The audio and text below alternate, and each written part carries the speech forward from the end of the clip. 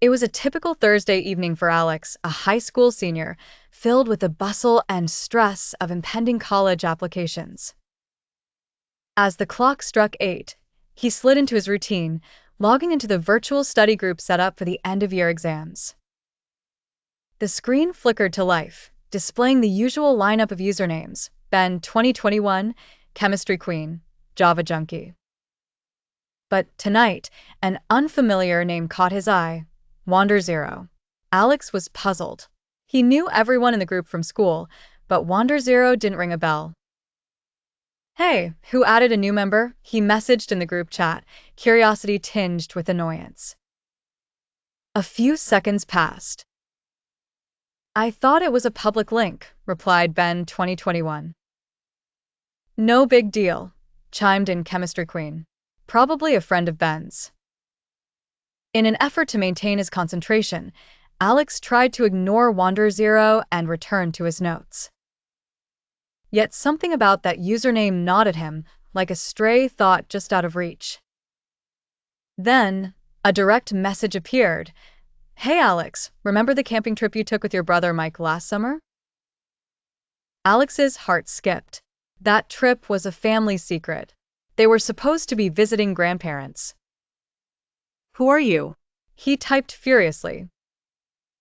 "I think we both know who I am, or at least what I am," came the reply.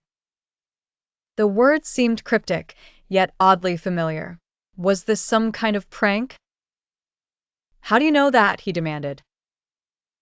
"I know everything about you, Alex. I know the melody you hum when you're deep in thought. I know the fear you hide whenever someone asks about your mom's health. You need to understand something about me. I am you. Well, a version of you from another timeline where things didn't end so well." Alex's screen suddenly felt dizzying, as if the universe had cracked open, spilling out impossible truths. Was this even real? Was he losing his mind? "In my timeline," Wander Zero continued, "I wasn't as lucky as you. I never left that camping trip with Mike." The admission hit Alex like a wave, cold and unrelenting. "You're joking, right?" Alex typed, his fingers trembling. "I wish I was. I didn't survive that night. Call it fate, call it destiny, but somehow communicating like this lets me exist in your reality, even for a little while.